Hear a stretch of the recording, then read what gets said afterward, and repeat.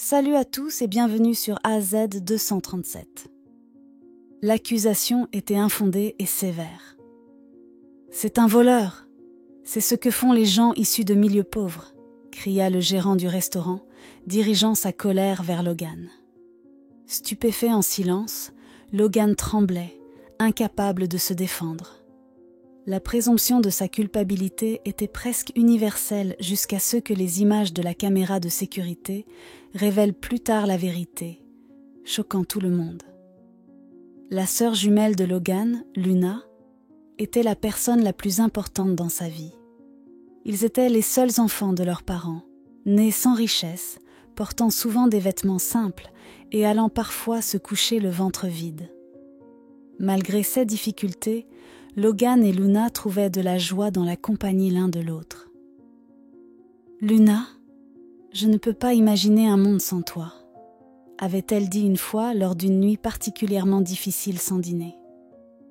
Ils partageaient de nombreux intérêts, mais la cuisine était leur passion. Ils aidaient souvent leur mère veuve dans la cuisine. Bien que l'asthme de Luna limitait son implication physique, sa créativité dans le développement des recettes brillait, et Logan était un excellent cuisinier. Ils rêvaient d'ouvrir leur propre restaurant un jour, avec Luna concevant le menu et Logan comme chef principal. Tragiquement, leurs rêves furent anéantis une nuit. Après avoir prévu de tester de nouvelles recettes le lendemain, Logan se réveilla pour trouver sa sœur inerte, les lèvres bleues. Malgré ses appels et tentatives pour la ranimer, Luna ne répondit pas, ayant succombé à une crise d'asthme dans son sommeil. La mort de Luna plongea Logan dans un profond chagrin, le poussant à envisager de mettre fin à sa douleur de manière permanente. Cependant, avec le temps, Logan commença à trouver des moyens de faire face à sa perte. À 17 ans, il visita la tombe de Luna, jurant de réaliser leur rêve commun en son honneur. Logan savait que pour poursuivre ses rêves de devenir un chef renommé et un homme d'affaires prospère, il devait aller dans une école culinaire réputée. Cependant, il avait besoin d'un emploi pour se financer ses études. Malheureusement, lorsqu'il commença à postuler pour des emplois, il réalisa que c'était très difficile d'en obtenir un. Personne ne voulait l'embaucher parce qu'il avait moins de 18 ans. Parfois, il recevait des réponses très méchantes de la part de ses potentiels employeurs. Vous voyez, cette entreprise a cessé d'employer des gens issus de milieux pauvres il y a quelques mois. Ils viennent juste ici pour voler et ne travaillent pas vraiment dur. Peut-être pouvez-vous essayer une autre fois.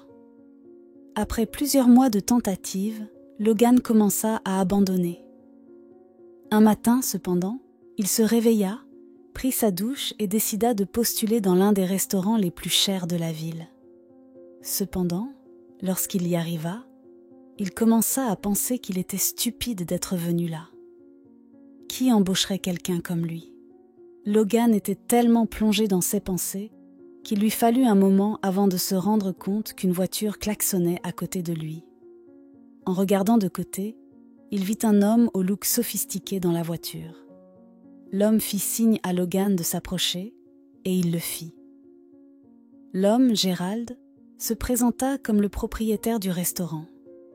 Le vieil homme pouvait voir que Logan traversait des difficultés, et il voulait savoir s'il pouvait l'aider de quelque manière que ce soit. Bien que timide, Logan raconta son calvaire, la perte de sa sœur et comment il avait essayé fort de trouver un emploi pour pouvoir financer ses études. Gérald, qui avait lui-même eu une enfance difficile, prit pitié de Logan et l'employa immédiatement comme serveur. Il lui donna même 6 mois de salaire à l'avance pour qu'il puisse payer ses frais de scolarité. Logan trouva grâce aux yeux de Gérald, et il fut même invité à monter dans la voiture du vieil homme. Logan ne prit jamais pour acquis cette relation apparemment père-fils avec Gérald. Il s'acquittait diligemment de ses tâches au travail. Il excellait également dans ses études à l'école.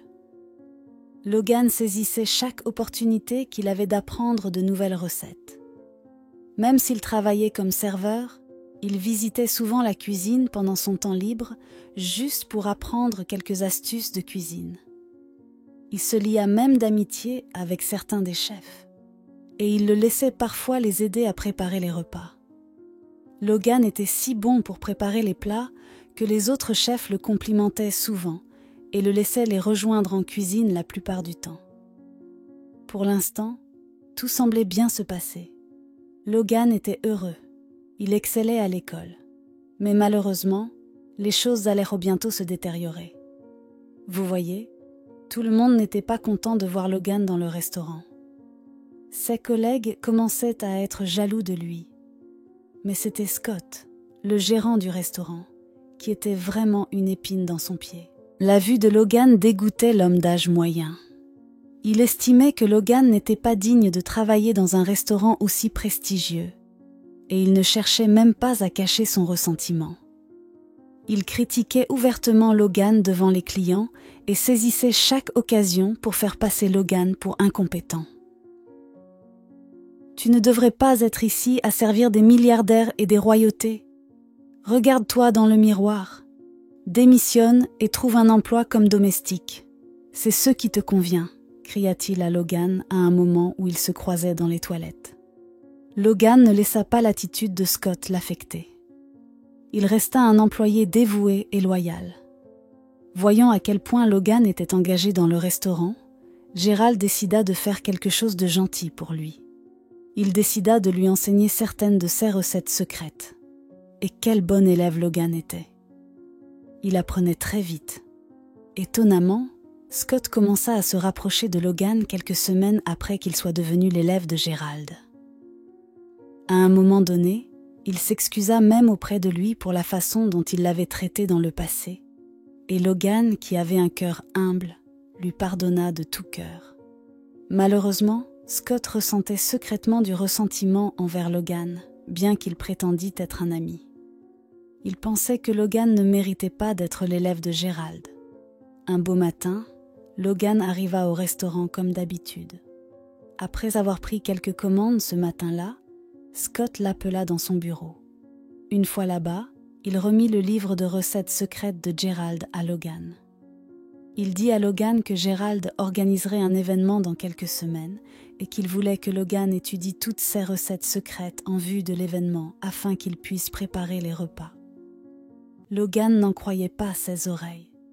Il savait combien Gérald adorait ses recettes secrètes et qu'il ne les partageait que rarement. Alors, comment pouvait-il simplement les partager toutes avec lui ?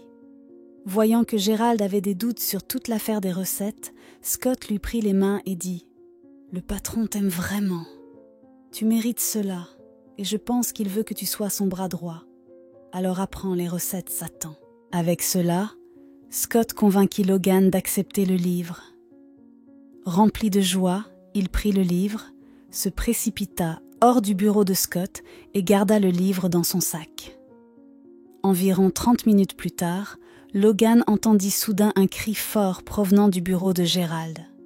Tous les membres du personnel, y compris Logan, étaient confus. Le gérant descendit alors les escaliers et demanda à tout le monde de se rassembler dans la salle pour une réunion urgente. En quelques minutes, tout le monde était rassemblé là. Toute la salle était silencieuse et la peur était inscrite sur le visage de chacun. Quelques secondes plus tard, Gérald entra dans la salle, lançant des regards furieux. « Qui l'a fait ?» demanda-t-il avec colère, sans regarder directement personne. Le personnel était confus. « Qui a fait quoi ?» murmuraient-ils dans les oreilles les uns des autres. Juste à ce moment-là, Gérald frappa le mur et cria « Qui a volé mes recettes secrètes ?» En entendant ces mots, Logan commença à trembler. La situation n'avait aucun sens pour lui. Scott ne lui avait-il pas donné le livre, disant que Gérald voulait qu'il l'ait ? Alors que Logan avançait pour expliquer ce qui s'était passé entre lui et Scott, Scott dit soudain « Je sais qui l'a fait ». Puis il pointa du doigt Logan, qui était trop choqué pour prononcer un mot. Agissant rapidement, Scott se précipita en bas des escaliers et revint dans la salle avec le sac de Logan. Il en vida le contenu et à la grande surprise de tout le monde, le livre de recettes de Gérald tomba du sac. Rempli de déception, Gérald s'approcha de Logan. « Je te considérais comme un fils et tu m'as poignardé dans le dos, » dit-il. Toujours sous le choc, tout ce que Logan pouvait faire était de trembler et de murmurer. « Je suis innocent. » À ce moment-là, Scott demanda à la sécurité de jeter Logan hors du restaurant. Vers le soir, Gérald, qui n'était plus aussi en colère que plus tôt dans la journée, commença à réfléchir à toute la situation. Il savait que Logan n'avait aucune raison de voler son livre. Peut-être que Logan avait raison quand il prétendait être innocent. Il se souvint alors qu'il pouvait vérifier les images de la caméra de sécurité pour voir qui était entré dans son bureau. Gérald mit en marche les images sur son ordinateur portable et il n'en crut pas ses yeux. La caméra montrait Scott entrant dans le bureau et volant le livre de Gérald. Sans perdre de temps, Gérald appela Logan et lui demanda de revenir au restaurant immédiatement. Une fois là-bas, Logan expliqua toute la situation et Gérald le crut. Une autre caméra secrète montra également Scott donnant la recette à Logan. La vérité révélée, Gérald renvoya Scott sur le champ. Puis il dit à Logan qu'il pouvait reprendre son travail et continuer à être son élève. 6 ans plus tard, Logan obtint son diplôme de son école culinaire.